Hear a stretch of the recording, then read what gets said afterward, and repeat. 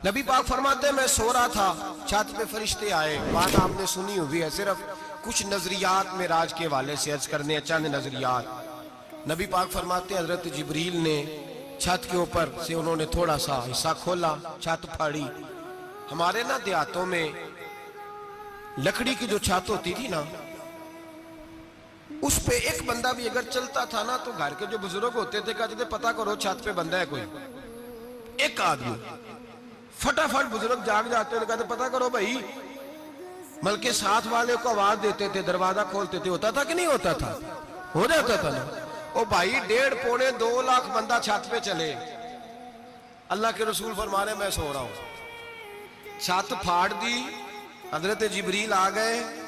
नबी पाक सल्लल्लाहु अलैहि वसल्लम के पास 70 हज़ार फरिश्ता साथ है, आके खड़े हो गए। मीकाईल से इसराफील से मशवरा कर रहे हैं हुजूर को कैसे जगाएं। नबी पाक फरमाते हैं मैं सो रहा हूं। हालांकि बुखारी में लफ्ज है, नबी पाक फरमाते हैं मेरी आंखें सोती हैं, दिल तो मेरा हर वक्त जागता रहता है। नबी करीम सैयद आलम सल्लल्लाहु ताला अलैहि वसल्लम फरमाते हैं मैं सोया रहा। अब हुजूर आराम कहाँ कर रहे थे? जमीन पे। आराम कहाँ कर रहे थे?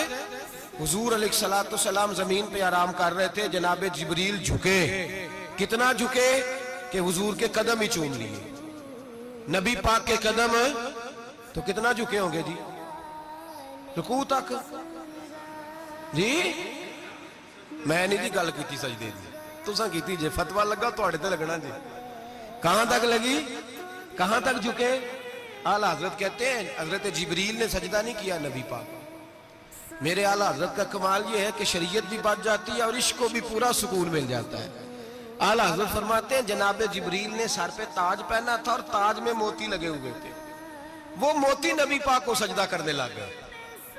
वो मोती नबी पाक को देखे। फाज़िल बरेलवी के कलम का हुसन फरमाने लगे ताजे रूहुल कुद्स के मोती जिन्हें सजदा करे। ताजे रूहुल कुद्स के हजरत जिब्रील के सर के ताज पे जो मोती हैं वो नबी पाक को सजदा कर रहे हैं। नबी करीम यहाँ कोई बंदा, अब तो खैर लोग हाथ भी किसी के चूमते हैं तो खुद नहीं ऊपर होते, हाथ ही ऊपर कर लेते हैं। अब तो मिजाज ही बदल गया है।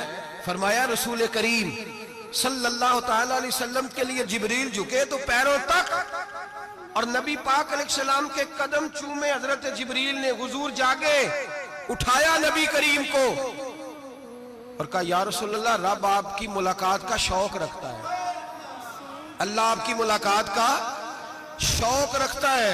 हुजूर फरमाते हैं मुझे उठा के तो जिब्रील हतीम में ले गए और फिर ये बुखारी के लफ्ज है, फरमाया यहाँ गले से लेकर नाफ तक मेरा सीना खोला, मेरा दिल निकाला, आबे ज़मज़म में रखा।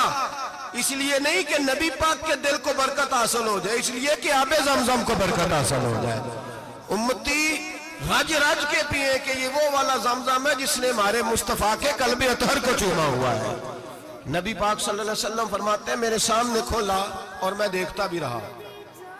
दिल खुल गया, सीना खुल गया और मैं देखता भी रहा। और नबी पाक फरमाते हैं खून भी नहीं निकला, इसलिए कि हुजूर की हकीकत नूर है। नबी पाक की हकीकत नूर है। वरना बशर के हुजूर अगर सिर्फ बशर होते तो काट भी लगे तो खून निकल आता। मेरे रसूल करीम सैयद आलम सल्लल्लाहु अलैहि वसल्लम फरमाते हैं फिर जिब्रील अमीन मुझे बुराक पे बिठाने लगे। खच्चर से छोटा था, गधे से बड़ा था और बिजलियों का बना हुआ था। जहां उसकी नजर जाती थी वहां उसका कदम जाता था। नबी करीम फरमाते मुझे बिठाने लगे तो मैं रुक गया। मैंने कहा मैं नहीं बैठता।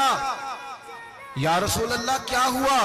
फरमाया अल्लाह फरमाते हैं यौम नसूकुल मुजरिमीना इला जहन्नम विरदा, जब आपके उम्मती निकलेंगे कब्रों से तो डंडे मार मार के ले जाए जाएंगे।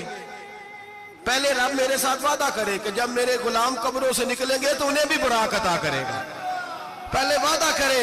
हजरत जिब्रील कहते मैं वहीं खड़ा था, रब करीम ने कहा चल वादा कर ले। यौम नहशुरुल मुत्तकीना इलर रहमान वफ्दा, महबूब जब तेरे फरमा बरदार कब्रों से निकलेंगे तो मैं सबको बुराक अता कर दूंगा, सबको बुराक दे दूंगा।